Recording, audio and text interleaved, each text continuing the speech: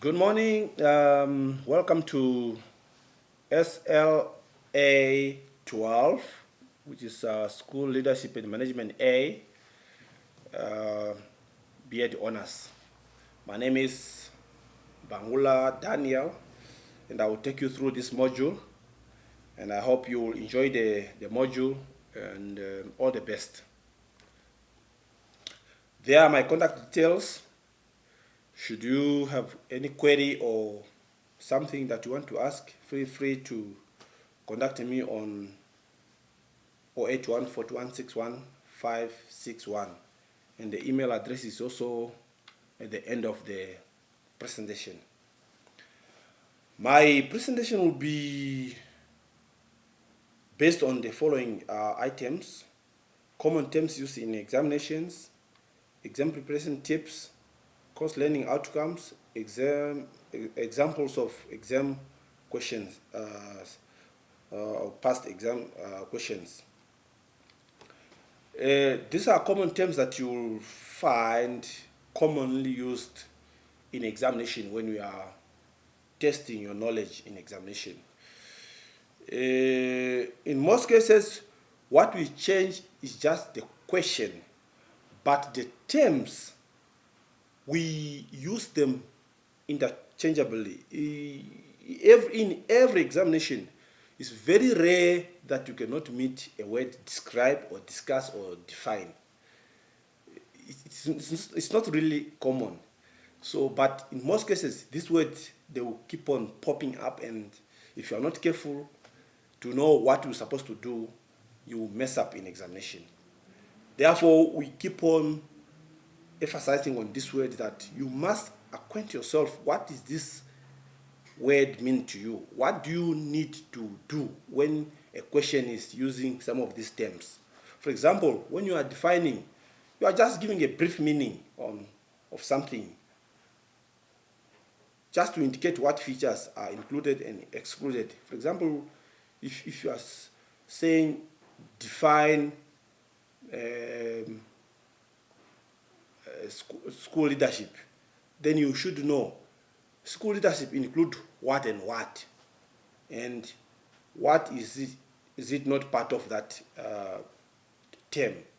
Describe, you provide detailed features of an issue or stage of a process in logical sequence using numbers and headings and proper analysis of what is that thing all about. Then discuss, give brief or rather clear description, and then argue about features by pointing out positive and negative features. In essence, you are giving pros and cons of a certain aspect, then you eventually arrive to the conclusion. So if somebody's reading your answer, there should be a little room to ask you back, what do you really mean by this? Because you are giving a detailed description of it, and all clear factors, you bring them out and you leave everything clear. Then outline, outline is also the same as list.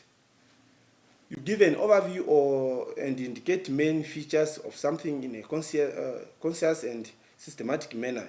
You just list. You don't need to explain anything. You just list. You just write down and off you go. Exam preparation. Practice on sample tests in the textbook or study guide. There are a lot of self-test in your module where a question is asked and the answer or feedback is given at the end of the unit. So you must be able to also test yourself if you are able to answer some of those questions.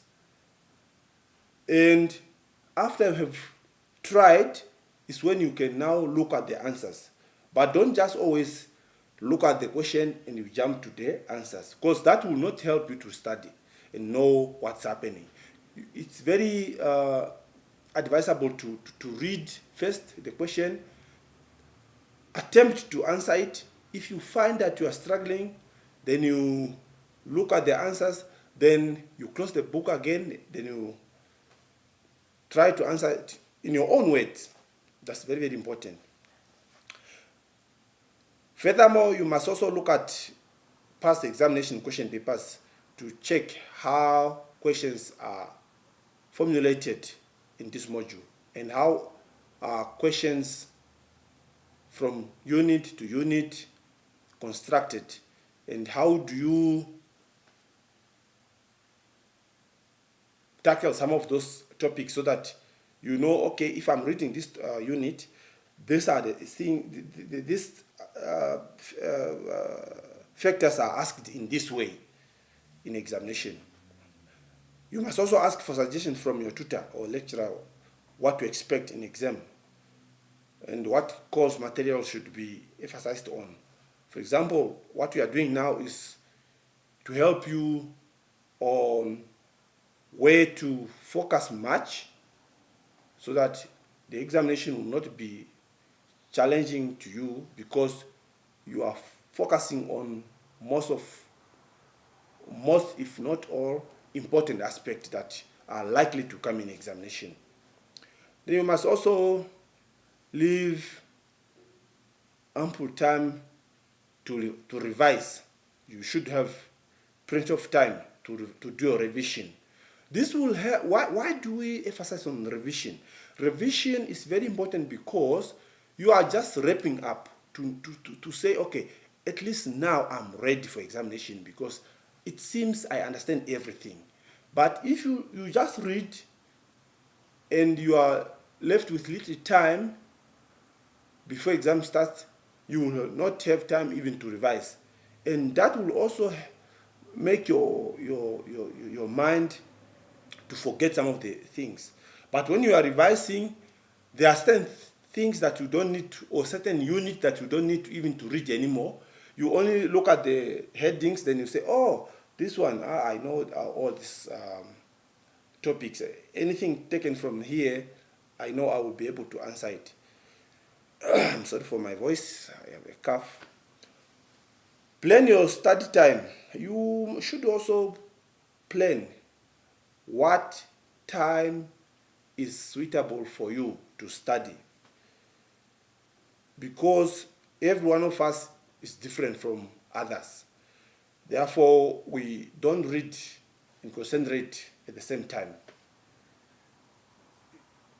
Some people like studying when it's cold. Some like it when it's hot. Therefore, you should know your weaknesses in this area, then you should plan your time accordingly. Get an understanding of the grading procedures. You should know how much do you need to qualify for examination. How much do you need to pass the examination? Because some people are fooled by the CA marks. As soon as they see, oh, I have 95, it's my CA, then they become lazy. They go into their comfort zone and they think, oh no, I only need 5% in examination. It doesn't work that way. Examination need also certain percentage for you to pass it. And if you only concentrate on the CA and you think you only need 20 marks in examination or 20% in examination, that it doesn't work that way. So in your book at the beginning there, all these aspects are stipulated well there. How much you need in examination, how much you need to qualify for examination. So you should acquaint yourself with those. Then as you are entering examination, you know, okay, I have 60% CA marks, so I still need this in examination, then I can pass the course. Before exam, make sure you know where it will be held, starting time, and how long each paper will take. This will help your mind to acclimatize itself. And when you are entering the exam, you know your mind aware that I'm going to sit there for 3 hours or I'm going to sit there for 2 hours. So you prepare your mind in such a way that when you are entering the examination room, you you already pass the message to the brain that, okay, I'm entering there and I'll be there for the next 3 hours. So then you'll be able to pass your examination because you also mentally prepared. Venue, very important. This information I always pass it to you, but a time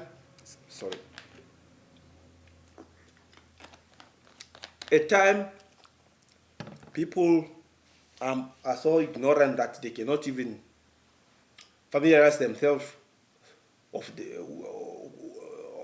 the venue where the exam will be held. So it's very, very important to avoid confusion. Course learning outcome. We are looking at Unit 1. In Unit 1, we look at characteristics of schools with poor and sound culture of learning and teaching. For the school to be regarded as a good school where learning and teaching is taking place, there are certain characters that you have to look at that will show, no, here learning is not taking place at all because ABC is happening. Or here learning is taking place because ABC is happening. So you should look at those characters and familiarize yourself with those characters. Then you must be able to tell why you are saying the school is poor and there is no sound culture of learning or teaching. You should be able to identify which characters show that schools are not doing well in terms of teaching and learning. As you read through your module, you could pick up some of those information about poor cultures of teaching and learning because they are clearly stipulated there.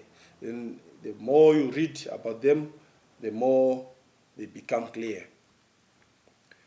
We are moving on, and I hope you are following very well. Unit 2, organizational cultures of a school. Organizational cultures of a school, you should be able to understand what we mean by organizational culture of a school and what it entails.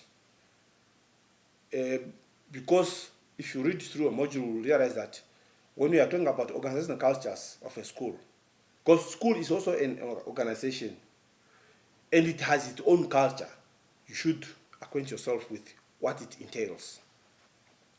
The dimensions of classroom climate that promote learning. There are different dimensions you need to know about classroom climate that enhance or promote learning. So you should read through and know what are those dimensions and how do they promote learning. The definition of or definitions of school climate, culture, and classroom climate. These are three different things: climate, culture. In fact, there are two. Yeah, school climate, culture, and classroom climate. Yeah, I think I was right. It's three. So, tell what is the difference between those three. How to maintain or change school culture. Of course, you need to know some of these terms: school climate, culture, and classroom climate, as well as how one can maintain and change school cultures. You have seen from experience that certain schools do not perform well because of a certain culture that was created in that school. But another school will be performing well because of a certain culture that's cultivated by the school leaders and people who are working in that particular school. So you should know how do you change some of these culture which are not good to become good school cultures, and how do you maintain those good cultures in certain schools. You should be able to learn some of those things as you are reading through your module. Importance of positive school climate. explain the importance of positive school climate is utmost important to know. Or rather, explaining the importance of positive school climate is also very important to know why positive school climate is needed, and you should read through and know why are we speaking about this positive school climate? Why is it important to the school day-to-day running? In addition, we are moving to Unit 3. In Unit 3, we are looking at dysfunctional and functional conflict. These are two different terms. You need to differentiate between functional and dysfunctional conflict. What do we mean by dysfunctional and functional conflict? And we should also look at the approaches to deal with conflict. Of course, there will be a lot of conflict in our organizations. Discuss how you employ some approaches to deal with conflict in an organization. When a conflict arises, what approaches will you use? Approaches means what means will you use to deal with those conflicts when they arise? And conflict come in different types. You should also know different types of conflict in schools. There are different types of conflict existing in school that need to be known by a teacher like yourself. So, you know, okay, there's a bullying taking place, there's what taking place, there's this type of conflict happening in school, and you should know all of them so that you know, okay, if I'm in school as a teacher and certain things are happening, this is because of certain conflict that is happening in school. So this is how I deal with it. Or you are aware of what conflict is happening, why certain things are happening, then you know this is because of this type of conflict that's causing this havoc in the school. We are proceeding to Unit 4. School conditions to change. Things or conditions that are good to change in schools. Learn what those conditions are. There are certain conditions which are very good. Condition means these conditions are good to change in the school. They are enhancing what's happening. For example, maybe you realize that there's a poor culture of teaching, then you bring these changes. Now, what are those conditions that are conducive to any change that you want to initiate in schools? You should know them when you are reading through your unit. The nature and three phases of characters of change in organization. Learn to what extent the organization manages change for it to thrive or survive. So you should know to what extent the organization or managers need to use these three phase characters to change to change that's happening in an organization. So you should read and know some of these three phase characters that can help the change. The types of agents that play a role in school development. Learn about the factors or agents that facilitate school development to take place. Of course, there are certain factors that are assisting the school development to take place. These are things that are helping, that are facilitating the development to take place in school. So as you are reading through a module, you realize that this and this and this will help the school development to take place. And those are what we call agents.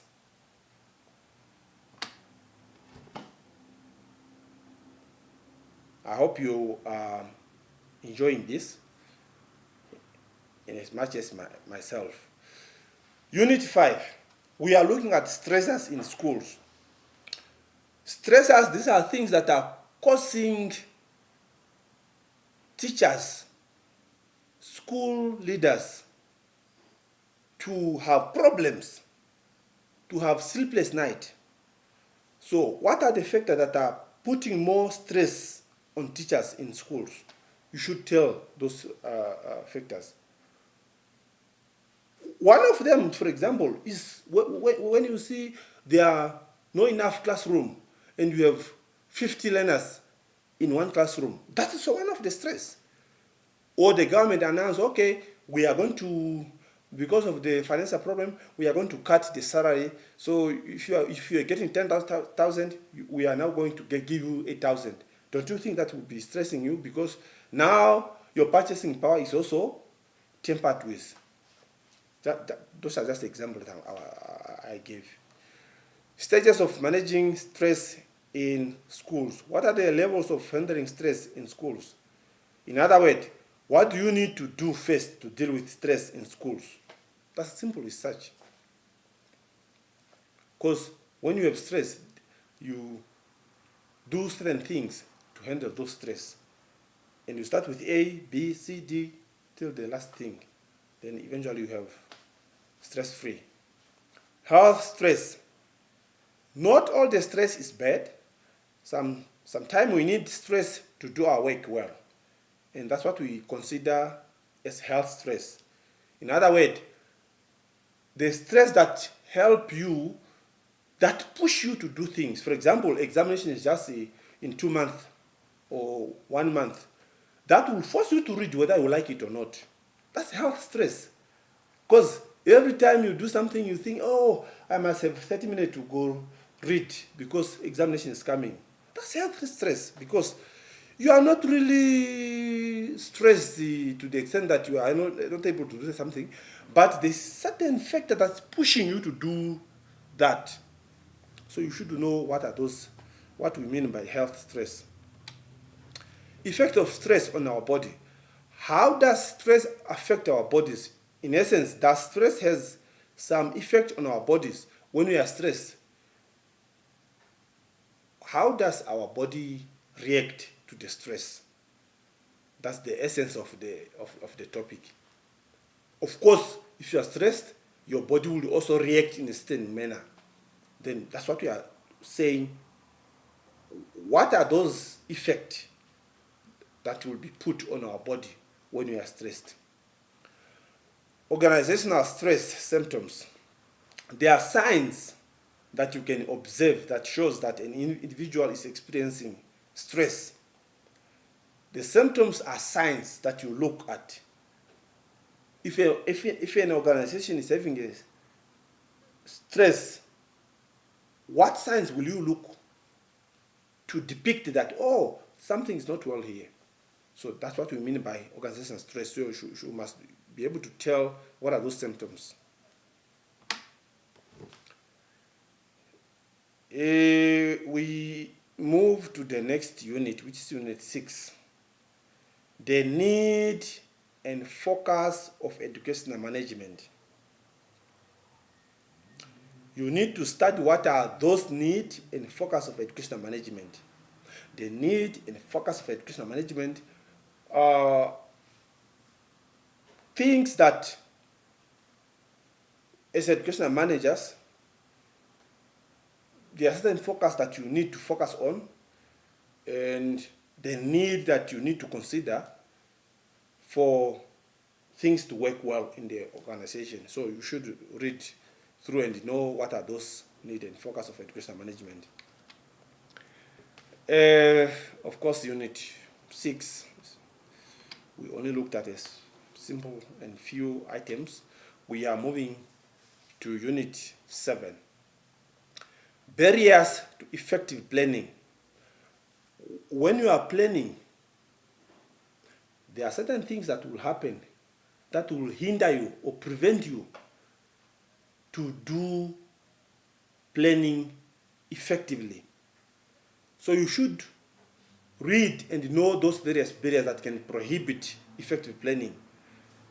You should know them and be able to discuss them if question is taken from such topic and you are asked maybe to elaborate or to discuss some of those barriers to effective planning or barriers that can hinder you from becoming successfully planner.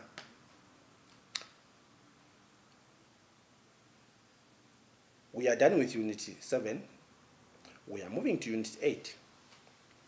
Unit 8 is also very simple. We are only looking at types and styles of problem solving.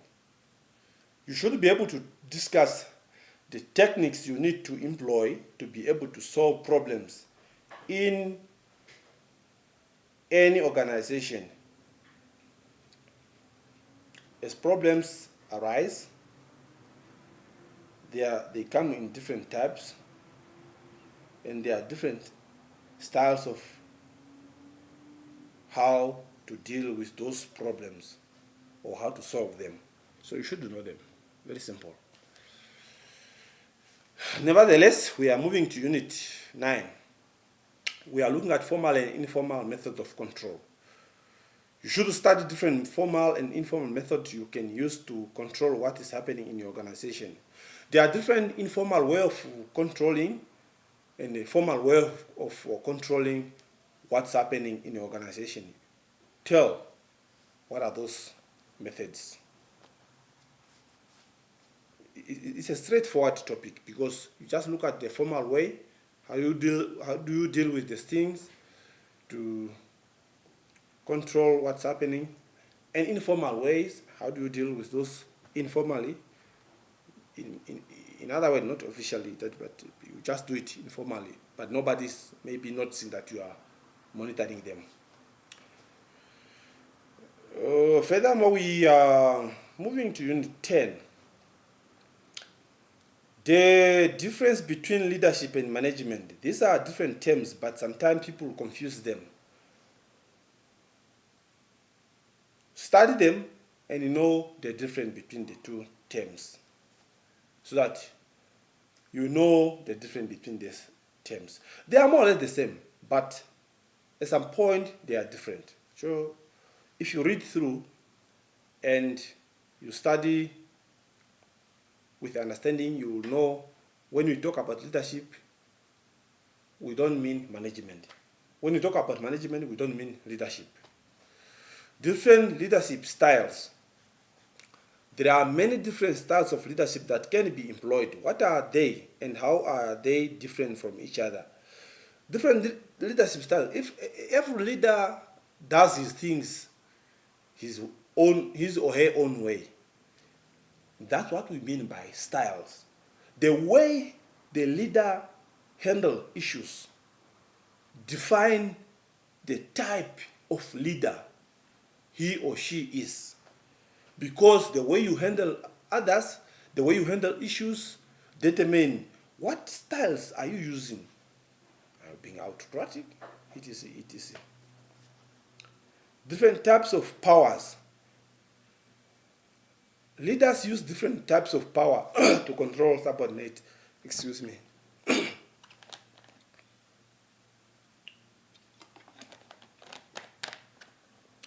Leaders use different types of power to control their subordinate. Learn how these powers are used differently from each other. Of course, to reinforce things to be done, you have to use different types of power. Depend on the situation on the ground. Hence, you must study those types of powers and how you use those powers to control your followers or your subordinate. Very, very important. The ability of effective educational leaders. You need to learn what educational leaders need to be able to do to become more effective. That's what we mean by abilities. The abilities, those are things that the leaders are able to do effectively to make sure that their works are successfully done. So read, know them, be able to argue around those things. If exam comes and you are asked about what are the abilities of effective educational leaders, in essence, if you are an effective educational leaders, there are certain things that you will be doing which the ineffective leader cannot do. So, in essence, we are saying, if you are a good leader, what are your abilities? What are the things that you are doing that are more good, that differentiate you from others? That's what we mean. Very simple. So, we come to an end of this presentation for SLA 12, and I hope you enjoyed the presentation. Should you have any question, my contact details are there. The email is coming on the next slide. So feel free to contact me before your exam, and I wish you the best of your examination, and best wishes of your examination, and I hope you all pass. Thank you.